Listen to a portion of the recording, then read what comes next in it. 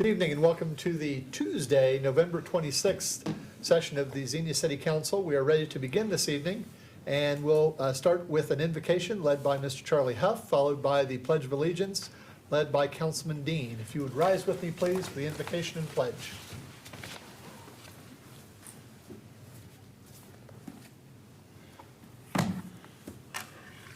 Thank you. It's good to be here. And we bow our heads and pray. Father in heaven, here we are gathered together in Jesus' name to give you glory and thank you for another day, another Thanksgiving coming up.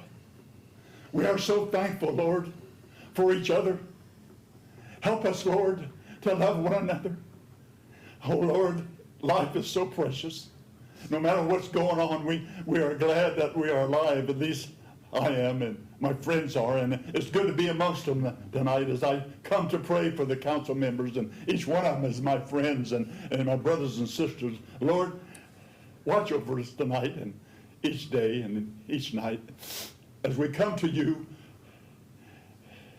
and ask you and talk to you and thank you for life, because we know the end of the story. Bless each one of my friends as council members, and thank you for the job that they do for us and to help the city. And Lord, we can't please everybody, but we're going to please you. Thank you, Father, for this day. And as I come to pray for the council members and everybody in this room and for our city and our firefighters and our hospital workers and our nurses and doctors and our servicemen. Thank you, Father. In the name of Jesus, amen. Amen. Amen. I pledge allegiance to the flag of the United States of America and to the republic for which it stands, one nation, under God, indivisible, with liberty and justice for all. Thank you very much, Mr. Huff and Councilman Dean. May I have roll call, please? Vice President Wallace, Councilman Urschel, Here. Councilman Lauterbach, Here. Councilman Smith, Here. Councilman Dean, here, Mayor Mays, Here. President Engel. Here. Thank you. May I have a motion, please, for approval of minutes? First, our November 5th special session. So moved. Moved by the mayor. Second, please. Second. Seconded by Councilman Smith. Any discussion or question on this set of minutes, please? Seeing none, roll call. Councilman Urschel, Aye. Councilman Lauterbach, Aye. Councilman Smith, Aye. Councilman Dean, Aye. Mayor Mays, Aye. President Engel. Aye. Motion carried. Now a motion, please, for our November 14th, 2019 regular session. So moved. Second. Moved by Councilman Lauterbach, seconded by Councilman Smith. Any discussion or question on this set of minutes, please? Seeing none, roll call. Councilman Urschel, I'll abstain as I was not present. Councilman Lauterbach, Aye. Councilman Smith, Aye. Councilman Dean, Aye. Mayor Mays, Aye. President Engel. Abstain. Motion carried. Thank you. We have no special presentations scheduled this evening. We will move then to audience comments. Anyone wishing to address the Xenia City Council, please feel free to do so. Step to the podium, provide us your name and address. Limit your comments 4 to 5 minutes, please.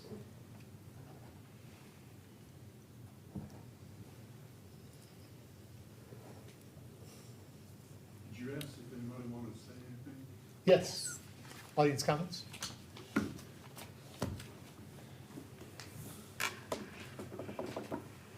Charles Huff, 1136 North Detroit Street, Xenia.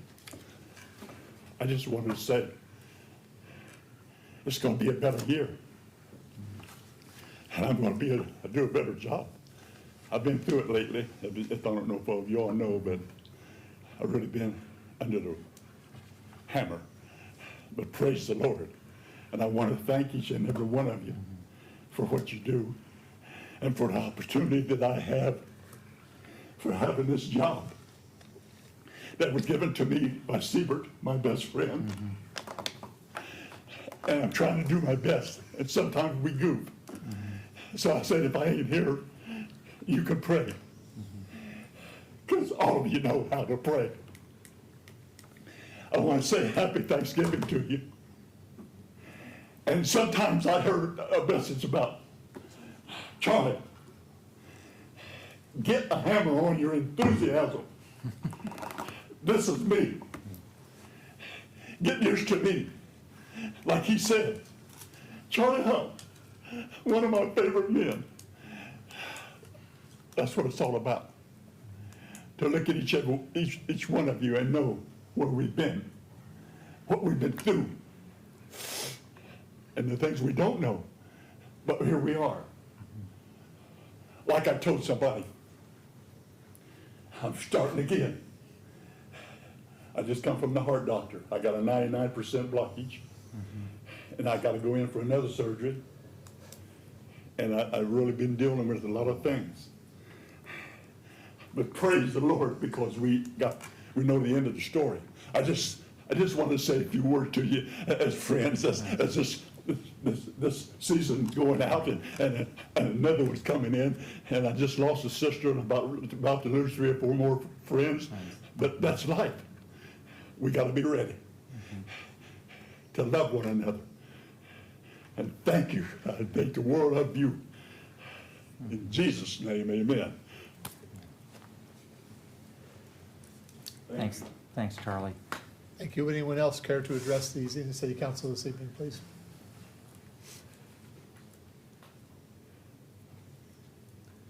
Seeing no one else come forward, we will move on to old business. First item is ordinance 2019-22, a second reading, amending chapters 678 and sections 448.03, 618.11, and 1062.03, and repealing chapter 604 and its related provisions of the City of Xenia's codified ordinances to comply with Ohio Revised Code section 9.68, originally introduced by Councilman Dean.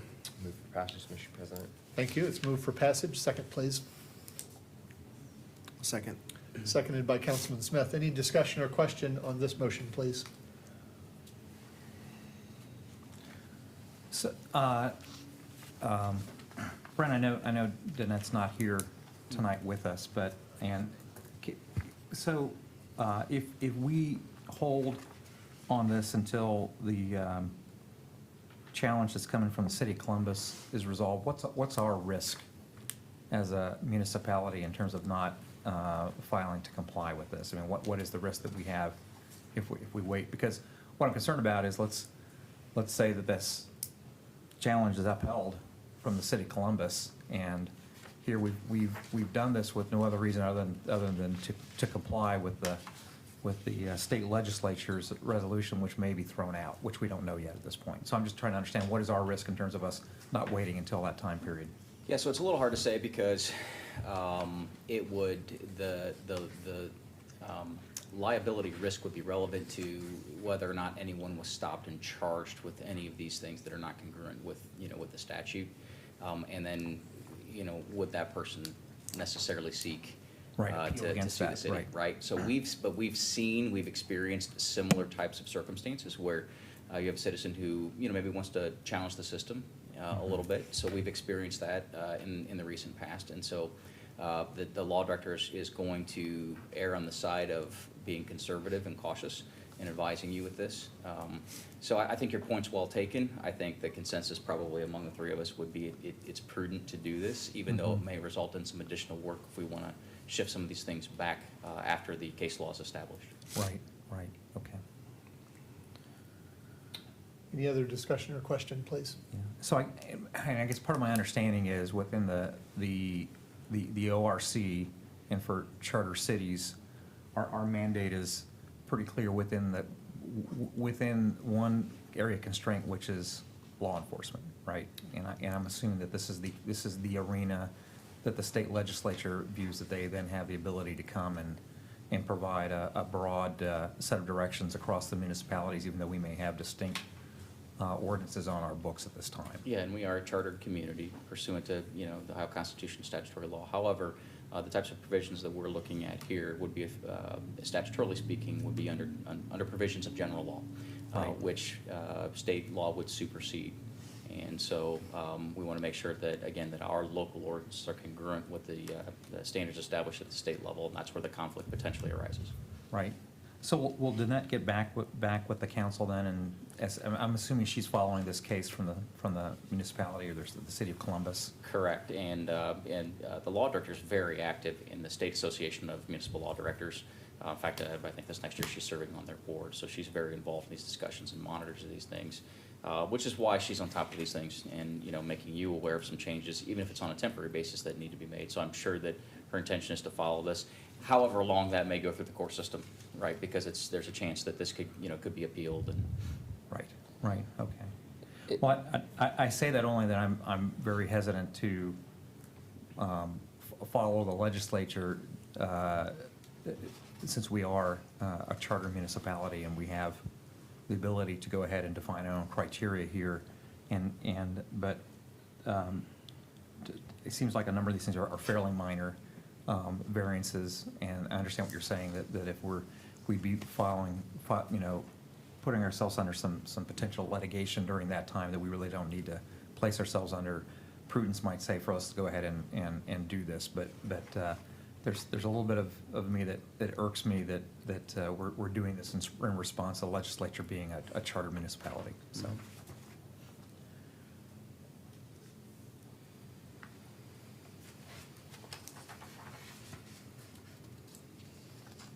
Any other discussion or question on the motion, please?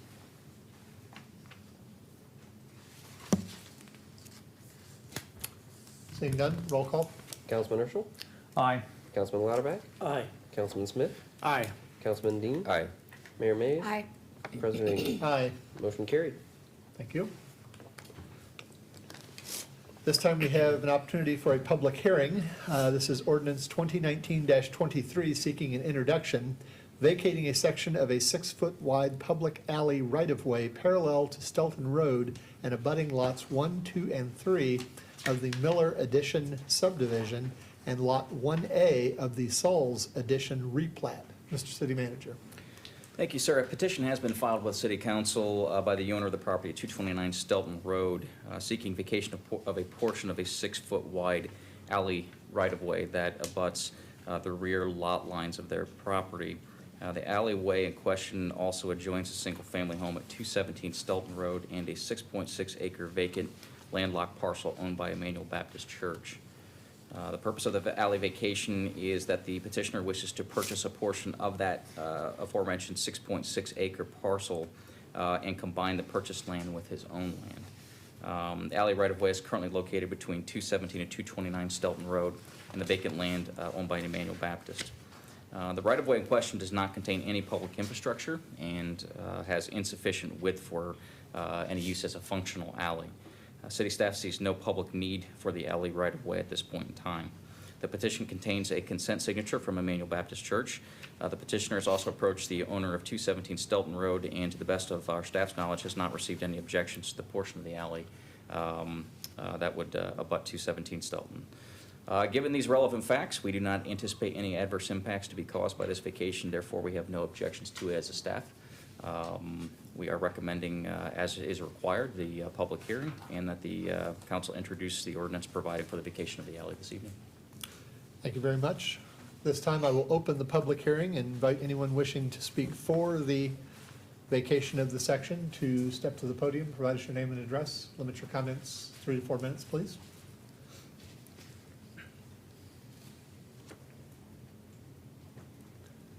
Seeing no one come forward, I would ask anyone wishing to speak against the vacation of this section to step to the podium, provide us your name and address. Limit your comments 2 to 3 minutes, please.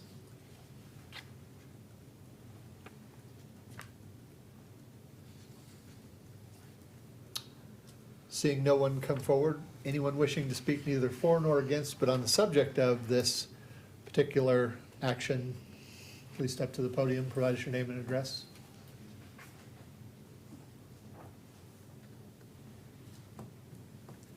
Seeing no one come forward, I will close the public hearing at this point in time and seek an introduction of this from one of my colleagues, please.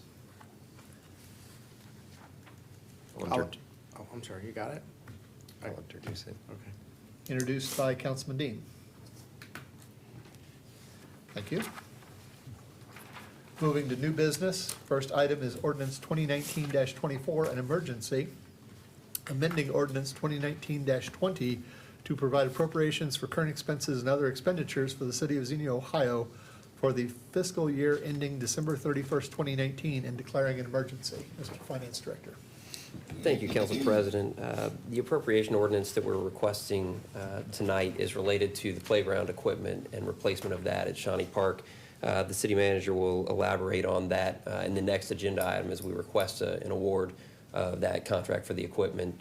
I think it's important to note that this project was originally budgeted in our 361 General Capital Improvement Fund, and council's desire was instead to allocate as many resources as we possibly could to the repair of the streets. And so this project was delayed, and staff has done a really nice job of seeking some alternative methods for funding the project.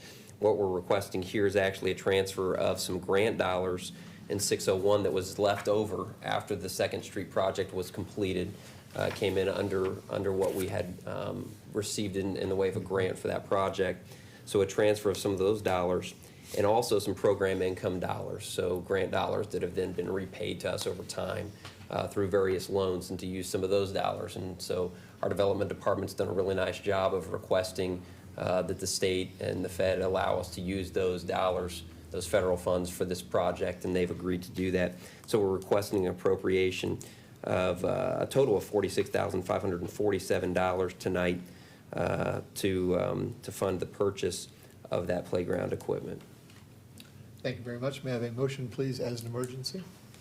So moved as an emergency. Thank you. Moved by the mayor as an emergency. Second, please. I'll second. Seconded by Councilman Urschel. Any discussion or question on the motion, please? I'll just make an observation as the chairman of BRCA. This is one of BRCA's highest priority projects that it would like to see pushed through for the, obviously, the betterment of Shawnee Park, as the old equipment is in a very significant state of disrepair and somewhat perhaps dangerous. This is an excellent use of these residual dollars, and will certainly be a useful addition to the city and to its city parks for some years to come. If there's nothing else, I will seek roll call, please. Councilman Urschel? Aye. Councilman Lauterbach? Aye. Councilman Smith? Aye. Councilman Dean? Aye. Mayor Mays? Aye. President Engel? Aye. Motion carried. Thank you. Next item is an administrative motion authorizing the purchase of playground equipment for Shawnee Park from Play World, utilizing the NPP Gov Cooperative Procurement Organization in an amount not to exceed $133,787. Mr. City Manager. Thank you, sir. With the approval of the previous agenda item by council, the funding for the Shawnee Park playground equipment replacement is in place. We're now recommending City Council approve by administrative motion the purchase of the playground equipment from Mid-States Recreation, the supplier of the preferred Play World equipment. Staff proposes the selection from Mid-States based on our residents' preferences for their proposed playground equipment. Mid-States has a contract with NPP Gov, which is a national cooperative procurement organization. The city belongs to that agency, and in light of this, we can cover the requirements we have for competitive bidding through that association.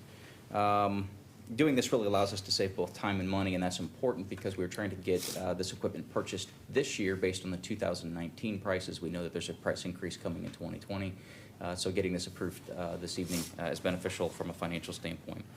We are requesting the council approve this tonight. Getting that purchase in will allow us also to get the equipment installed, hopefully by the start of second quarter next year, though the final timeline is not finished yet. So it'll be in place for most of the season next year. Happy to answer any questions. Thank you very much. Based on being the chairman of BRCA, I would like to make this motion and would seek a second, please. A second. Seconded by Councilman Smith. Discussion or question on the motion, please. I just wanted to commend the BRCA folks and the folks from the city that were putting together the plans for this in terms of how they went through the process of surveying the community using the public schools and both the students and the parents there, and the public hearings to get the selection process, and then also going with the NPP Gov, because that saved us roughly 20% of the purchase price going through them versus going independent of them, so. Thank you. Anything else, please? Mr. City Manager. Mr. President, I would just add that this is the first phase of the playground improvement at Shawnee Park, and the intent is to have a second phase, and working with the mayor and the city planner to continue to try to find local individuals, companies, corporations, entities that want to help donate toward that second phase. We want to have a fantastic play experience and amenities in our park that's befitting the quality of that park overall. So this is phase one of phase two. So hopefully we'll be back next year with plans for that second phase. Thank you very much. Anything else from my colleagues, please? Seeing none, roll call. Councilman Urschel, Aye. Councilman Lauterbach, Aye. Councilman Smith, Aye. Councilman Dean, Aye. Mayor May, Aye. President Engel. Aye. Motion carried. Next item is an administrative motion authorizing the city manager to execute work order number 2011-11 with Wood Environment and Infrastructure Solutions and Company for landfill post-closure gas abatement activities under the existing master services agreement. Mr. City Manager. So we go from a positive project to a not-so-positive project. Staff is requesting council's approval of work order number 2019-11 with Wood Environmental to provide the engineering services to oversee and construct a 600-foot passive vent trench along Thompson Lane adjacent to the Xenia demolition debris facility. We've kept council aware of our efforts to work with the Ohio EPA, which is requiring us to address methane emissions from the city's closed landfill and the adjacent CD&D landfill facility. Recently it was discovered that there are exceedances of allowable methane emissions from the city's properties along Thompson Lane. That is a non-compliance factor, and we do have to bring that into compliance. We're legally obligated to address that. It's our issue to deal with. And in doing so, the city has sought a Rule 13, which has been approved by the Ohio EPA, so we have the clearance to move forward pending tonight's action. So we are recommending that council approve an administrative motion authorizing this work order with Wood Environment Infrastructure Solutions for a landfill post-closure gas abatement activity in the amount of $442,036. I know this is a lot of money, but we've done our best to try to limit the cost here and take actions that'll bring us into compliance.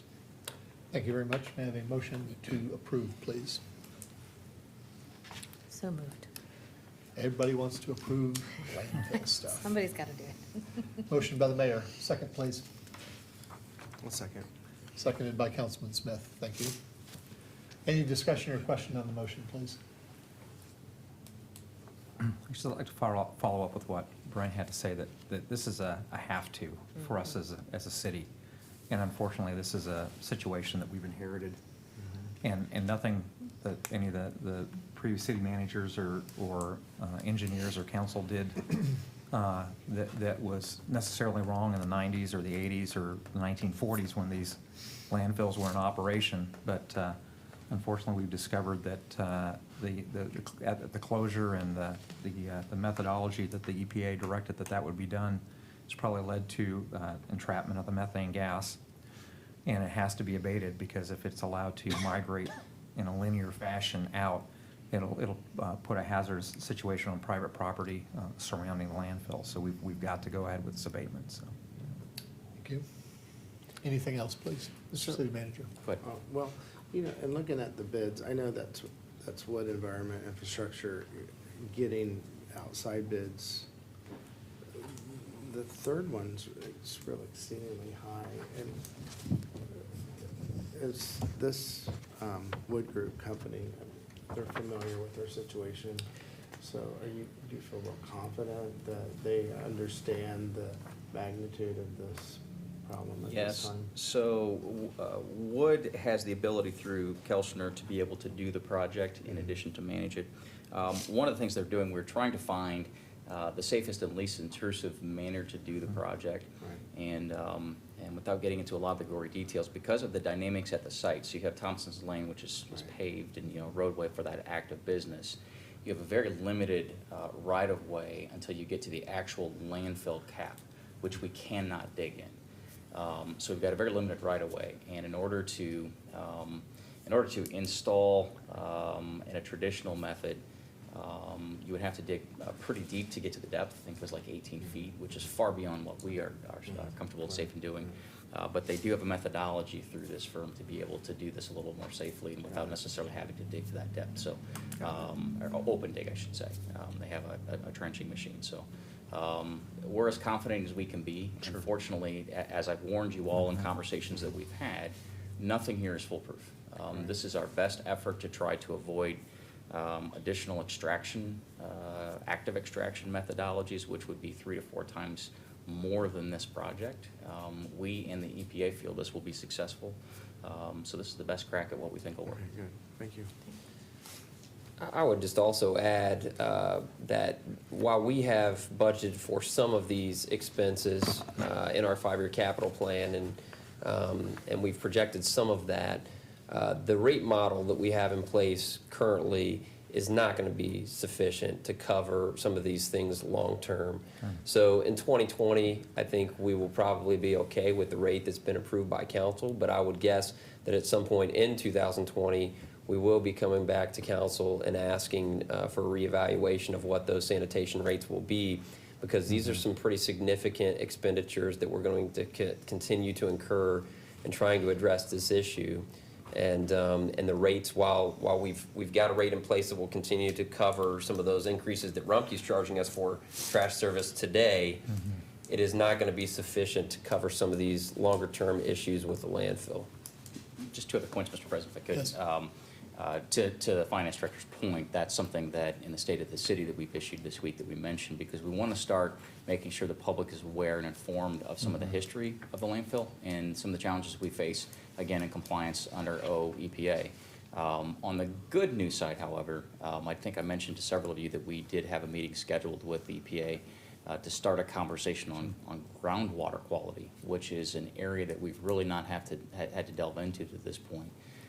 That was actually a very positive and far more productive conversation than we anticipated.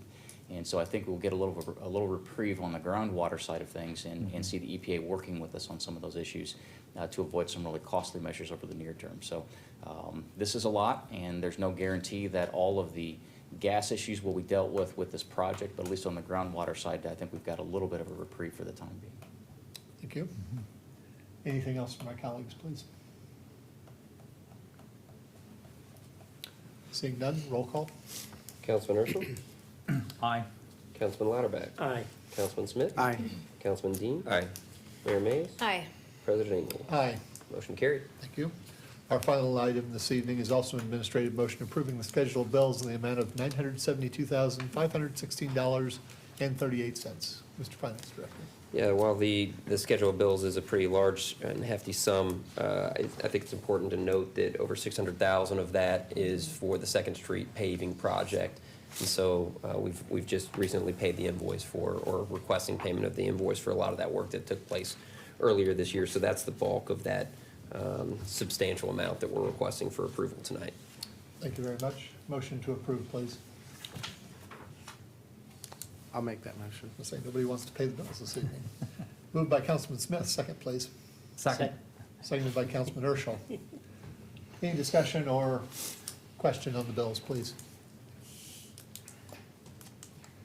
That's $600,000, worth every penny of it. Second Street is like it has never been since I moved to Xenia some 30 years ago. So well done, and a good investment in the future. Roll call, please. Councilman Urschel? Aye. Councilman Lauterbach? Aye. Councilman Smith? Aye. Councilman Dean? Aye. Mayor Mays? Aye. President Engel? Aye. Motion carried. Thank you. This time we have an opportunity for appointed official reports and council comments. Mr. City Manager. I'll try to be brief because we all want to get out and get ready for Thanksgiving. A couple of items this evening. I want to give council heads up, we'll be requesting a special session for a study session after your first meeting in December. Just some updates on various things that we wanted to provide for council, namely fire EMS fees and implementation of some of those changes we discussed earlier in the year.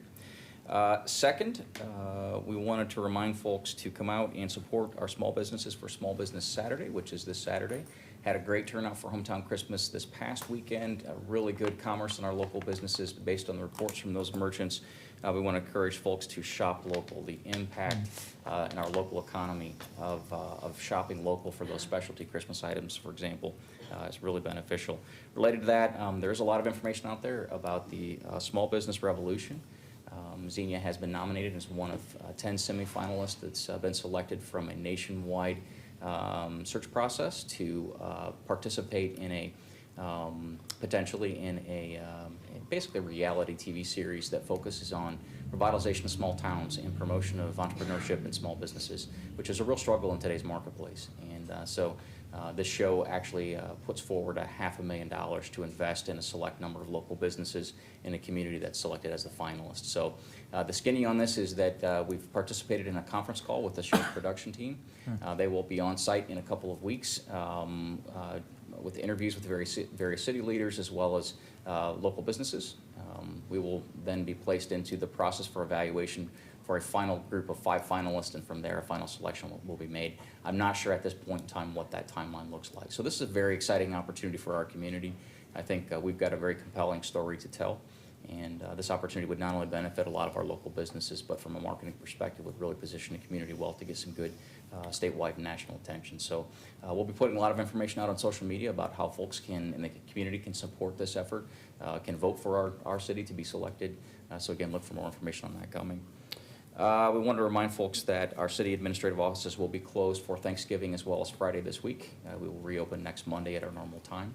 And in light of that, we also wanted to take a minute just to say thank you to our firefighters, our police officers, our dispatchers, and public service staff who will be working on Thanksgiving. And we appreciate their sacrifices and the sacrifice of their families so that we can all enjoy Thanksgiving peacefully and safely. So thanks to those folks, and I think that's all I have this evening. Thank you very much. Anything for our city manager, please? So I just wanted to comment that we had a couple of working sessions on the homelessness issue here in Xenia. And folks aren't aware, that's probably one of the, as I've been out in the community talking to folks, there's a lot of folks now that believe that's probably a bigger issue than our streets, which means that's a big issue in Xenia. And so we've met with a number of the folks at our faith-based and non-faith-based shelters in town. We also had a meeting with the city staff, with the city manager, assistant manager, the law director, the chief, a number of his sergeants, the fire department, and I think just discussing about why it is we're seeing what we are seeing, and what are some things that we should be doing to step forward on that. So I think part of the background is this: is the city's been very proactive cleaning up some homelessness camps that have been resident in the city, over probably out of sight of a number of folks in some of the streams and the brush around those, and that's as that's happened, that's brought people more out in the open because they're not camping in those locations. We've also had some of our as we've solidified some of the short-term housing for families and adults, with IHN going into the Interfaith Hospitality Network, going into the old hotel on South Detroit Street. They used to manage as a rotational basis through the county at various churches, and as they were doing that, they principally were single adult, and now they really only service families with children. They no longer, because of the dire need with families with children, they no longer can take any single adults. Same way with the Red Cross shelter, the Donovan shelter up at the east end of town. If you look back a few years ago, they were predominantly single adults, and now they're all entirely families with children. So part of what that's done is it's decreased the availability of shelter space for single adults, because it's our 24-hour shelters are all pretty much committed to families with adults or families with children, and we've been cleaning up a number of the camping locations within the city limits. But that being as it's said, we've got, we also have at our, at our only adult drop-in shelter, which is Bridges. Right now, we're running anywhere between 45 and 50 adults an evening there. And, but in addition to that number, we probably have anywhere in the order of 35 to 40 folks on the street who are not participating in any of our shelters right now. And so discussions with the shelter managers, most of our drop-in shelters have criteria for folks to be admitted, and then also criteria to be able to stay in the shelter as well. And we've got folks in our community that have decided, for one reason or another, not to participate in those criteria. And so, once again, you can't come in and be an active drug user in any of our shelters, and that also includes our family violence shelter in the city as well. And the transitional housing that TCN has, they run a transitional housing program too.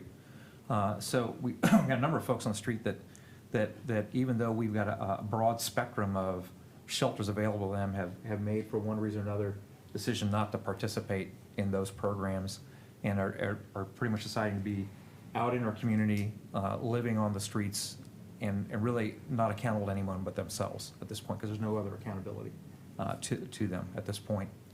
So part of what we talked to the law, our law enforcement folks, and to our law director too, was, do we have sufficient civil ordinances on the books from the municipality to help put some pressure on folks who are choosing to come into our community and not obey the standard expectations of any citizen within the city in terms of decency to other folks, and not taking advantage of folks in our community. And I think there was a sense that even though we don't have very strict anti-loitering ordinances currently on the books, and that some enforcement of that would be difficult to follow all the way through the municipal court in terms of fines, or putting someone in a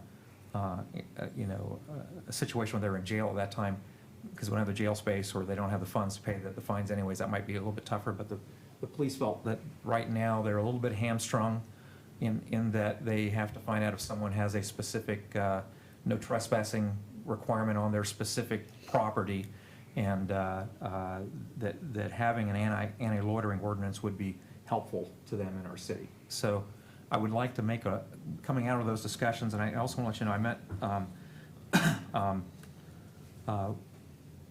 with our Housing Coalition folks here in the Greene County, and that was the director of Green Met, Housing Solutions, representatives from Community Action Partnership, from all of our drop-in shelters, from the Xenia Public Schools homelessness liaison folks, and from the Yellow Springs liaison folks as well. And we brought up the discussion about us wanting to, or the potential for us seeking an anti-loitering ordinance in Xenia to put some pressure on folks to either participate in the programs that are available, or to go seek another municipality to live in, because it's not the place to be, living on the streets. And so I just want to give you some feedback that folks were very positive in that setting, and I didn't know how they would come across, because usually I have no social work background myself, but folks who are very, who are working in that very area have a lot of empathy towards folks, and obviously want to come alongside. But I think there was a general consensus from the folks that are working on the both transitional housing and the permanent housing, that folks who are choosing not to participate in the programs shouldn't be coddled within the context of our city, and that we need to give our law enforcement an ability to have a little bit more emphasis on folks to participate, or to vacate the city in that context, if that needs to be their choice. I think this is also a little bit of a, we also had some discussions that, and just so folks in the public know, there are none of the drop-in shelters or the longer-term housing and social work that are engaging with anyone who's not a Greene County resident. So I know there's been a lot of discussion in social media about folks being imported from other counties or other municipalities. So you cannot step in and be part of what's going on at IHN or CAP or Green Met or Housing Solutions if you don't have an established residency within Greene County. And also at Bridges of Hope, they'll shelter for one evening, but they will not allow you to stay there any longer if you're not a Greene County resident. So, and I know also, we talked to Brent as well, that if we discover there are other municipalities outside of our county that are importing folks in, that we as a council or he as a city manager need to take some pretty active roles there and let them know that we're not here for them to bring their problems to our city. So I think I'd like to recommend that we ask our law director to investigate an anti-loitering ordinance for our city. I understand there's a lot of civil freedoms implications of that and a lot of case law that's come up with that as well. I think part of what Danette came back to us was that for cities that don't have an alternative for folks from a loitering perspective to actually be housed someplace, that those things typically face a pretty stiff opposition. But I believe we have a very rich offering of programs here within our city to come alongside of folks if they want to participate and help. For those that choose not to get help, though, we need to give our city the ability to encourage folks to move on out of our city from that perspective. So I just like to put that on the table. I do believe that there's two areas, though, that in tandem to that, and I'm anticipating this probably won't be able to roll out prior to next spring because it would take her some time to do the investigation, make sure we have an ordinance that would stand the test of a court situation, or has already done that either through the Ohio Supreme Court or the federal court cases. Right now, Bridges is only open 12 hours a day, and basically we are taking people at that point and putting them back out on the street to go loiter for 12 hours to come back in. We have no good programming for them to be able to engage with, and I believe that we need to roll that out in tandem for folks so that they aren't being put back out in our community. And there's one other group, talking to the folks in the Housing Coalition. We have folks with various stages of mental illness complications and really cannot be housed in a drop-in shelter because that's just not compatible. The compatibility between them and other folks it's just not a good mix, and we don't have the right group of folks there to work with them. And most of those folks, there's a good part of that population cannot live independently anyways in an apartment or house. And talking especially to the folks in the Housing Coalition that deal specifically with folks with mental illness issues, they're very concerned that they continue to place folks in apartments and homes that they can't sustain themselves because they really need to have a group home type of setting. So I think part of what we also need to, as a community, and this may be the broader Greene County community, because it can't necessarily fall all within us here in Xenia, because since we're the kind of the seat of all the social services here in the county, and all our shelters for the whole county are resident here within our city. But as we roll out this ordinance, we need to work hard on also looking at what it would look like to get Bridges open 24 hours a day, so folks not only could stay there, but have good programming and coursework and counseling, those types of things, to participate in the day, so they're not just put back out on the streets. And we also probably need to engage with TCN to see if we can expand on their 3 group homes that they have right now for folks with mental illness. But they have 24 beds in the county, 1 in Xenia, 1 in Yellow Springs, and 1 in Fairborn. And my sense is we probably need anywhere in the order from 50 to 75 beds here within the county to really adequately address the population that's on the streets at this point. So having said all that, I guess I just would like to make a recommendation that Danette would step forward and start doing an investigation of that. And I guess look to our council president to see what we would need to either make that a broader motion from the council, if we would need to have that perceived, or what the right steps would be for us to move in that direction. Well, you've certainly made a request to do that. It's on the written record. My suggestion would be we engage her upon her return. She's obviously not here this evening, to see what her way forward is for it. and then we would know better what would be required of us, perhaps as a council. I would expect that she will begin doing due diligence to investigate the various pros, cons, pitfalls of such an ordinance. We have experienced as a council the pros, cons, pitfalls of ordinances that we believed were in the best interests of the city and community, only to be significantly challenged. I would, and I know that she would be most interested in giving us the best possible advice. So I would suggest that we just wait for any formal action, allow her to return, Sure. digest what you've made the recommendation of, and see what she suggests that we do. Sure. Anything else for our city manager, please? Just real Yes. quick, what's it gonna take for the bridge to hub be 24/7? I think the estimate is about enough, right now, the operating budget is about 200,000 a year, and it's probably gonna be another 100,000, and then they can be open. To open it? That's correct, yeah, Okay. 24/7. Just curious, thank you. Right. Anything else for our city manager, please? Mr. Finance Director, I have nothing else this evening. thank you. Anything for our Finance Director this evening? And like all good meetings, when you're absent, you get all the taskers that go with it. We've loaded up the law director in her absence. So we'll postpone anything unless someone would like to add to her list. And move on to council comments. Madam Mayor. Thank you. First, I want to say thank you, Councilman Urschel, for all the work that you've done on this and the homework that you've done in the research. And I know that this is something that I hear about and talk about a lot, so thank you for the effort that you're putting into this. I also want to remind everyone that there is the free Thanksgiving Day meal that'll be served at the Xenia Adult Rec Center at the new building in the Reach Center at 338 South Progress. The meal will be served from 11:30 to 1:30, and it is just come by, enjoy a meal, and do some socializing. I have quite a few volunteers, but I do tell people if you still want to volunteer, you're welcome to contact me. It's 937-603-5643. And we'll either assign you a job or just come and socialize and spend some time with folks who have come by. Also on that same line, there are people who are shut in, who can't get out.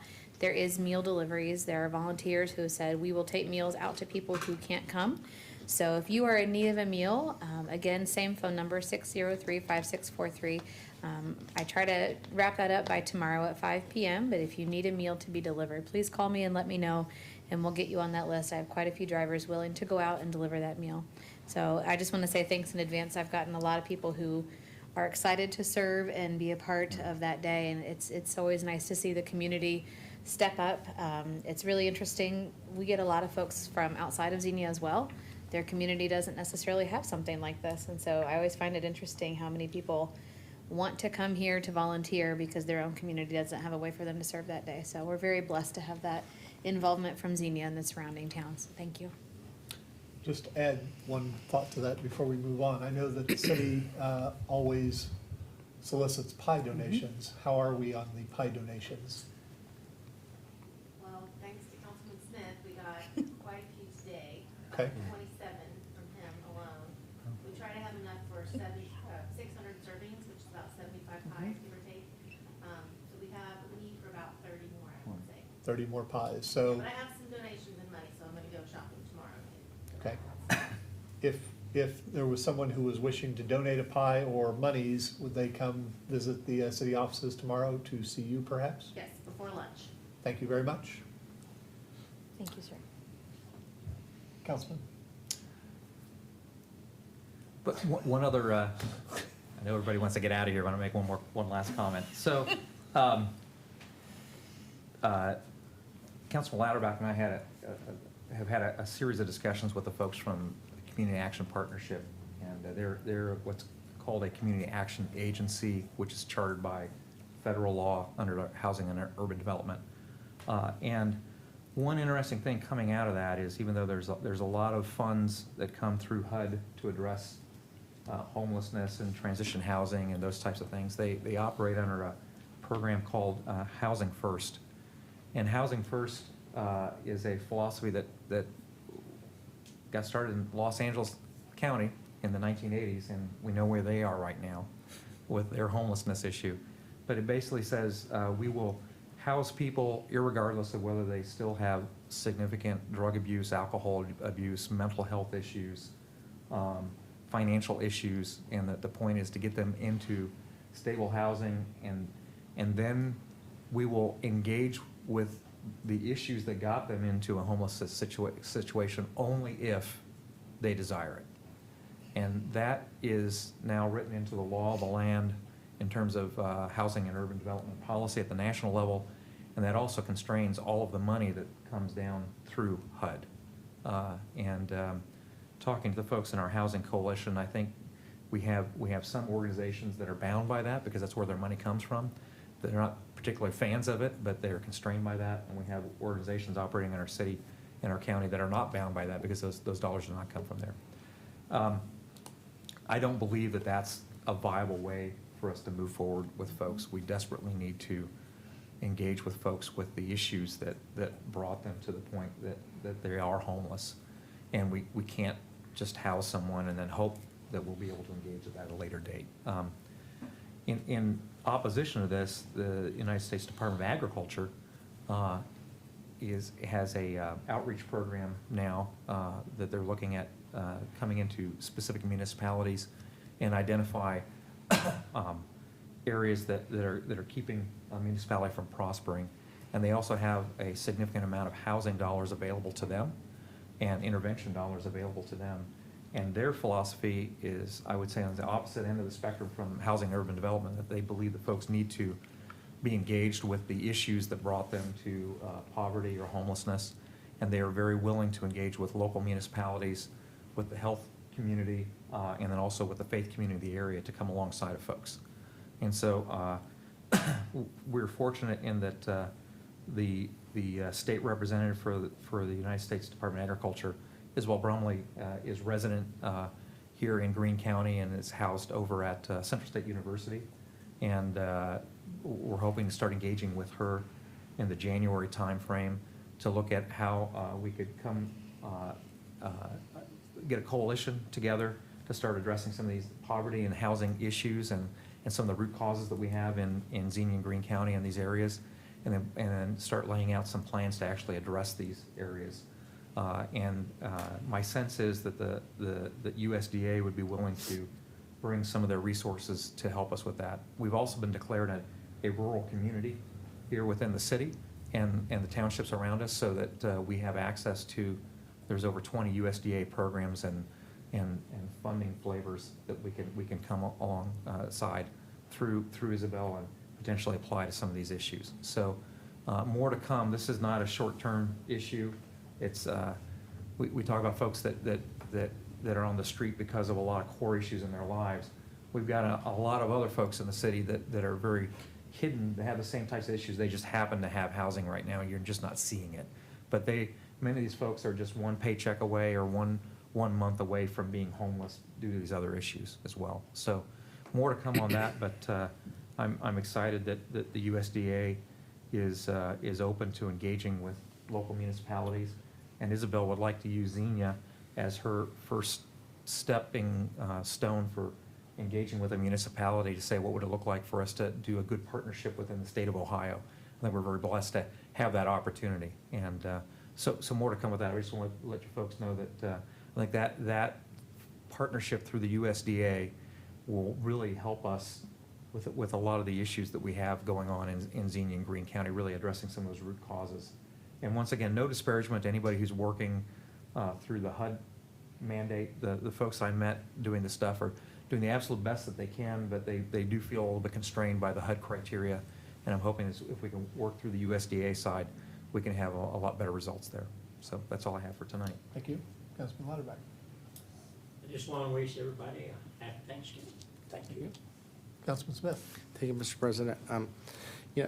Years ago, I used to work for Elder Beerman. I remember the Beerman family, very generous. I always had the Thanksgiving meal. So, of course, our Thanksgiving meal in Xenia has nothing to do with that anymore. But as far as things to be thankful for, I'd like to mention tonight two of you, especially Councilman Urschel. you have hit the ball running from day one this past year on council, and I just want to thank you for that. I know you're very passionate with the homeless in our streets, and neither one of those problems are going to go away tomorrow. It's a lingering thorn in our side here in the community, and I just want to praise you for having the willingness to continue to bring those issues up. And then also, Mayor Mays, you continue to impress me. Not only do you continue to work with the Easter egg hunt in the community, but you're still working with the meals. It's like, these are projects you just really can't kind of get away from. But I thank you for all your time, and for all the other council members' times. You know, we just have a couple more meetings together. And, you know, we do have a new council coming on board. And so I'd encourage them to attend our special meeting in December, because we have really a lot on our plate for next year. And so, again, I would extend that invitation to our new members. With the holidays coming up, also remember that this is the time of year people actually get more depressed, and suicide is a dangerous problem out there. So look for the signs for the people that are suffering out there, and again, continue to check on your family and neighbors. I also want to be thankful for the opportunity I had last Friday, I'm sorry, the 21st, last Thursday. Xenia Community Schools unveiled the renovations that they completed, first phase of Benner Fieldhouse. And our Mayor Mays was there, as well as myself. Councilman-elect Scrivens, I saw him. Former Mayor Marcia Bayless was there. And I got to meet Levi's father, Representative Bill Dean, state of Ohio, as well as a lot of community members and leaders in our community that generously donated some time and money also on that project. And I don't have any pictures to show you tonight, but you can get on Xenia Community Schools Facebook site. There's a lot of pictures on there. Not only is the outside completed and looks wonderful, and the steps that were in dire need of repair, a lot safer there. Some ramps, I think, have been installed.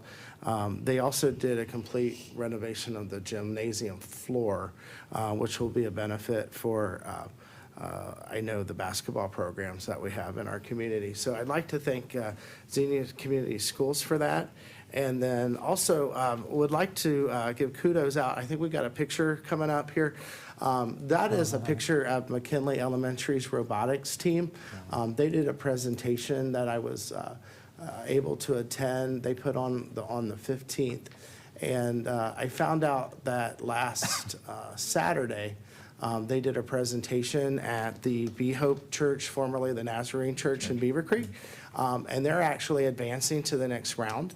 So congratulations to those 8 kids, and that's Mr. Carey is the teacher at McKinley. So congratulations to those kids. I'm sure they represented Xenia with a lot of heart and soul. So again, I can't thank everybody enough for the service that they give, and you know, also to President Engel for the 10 years that I've been able to serve with you here on council.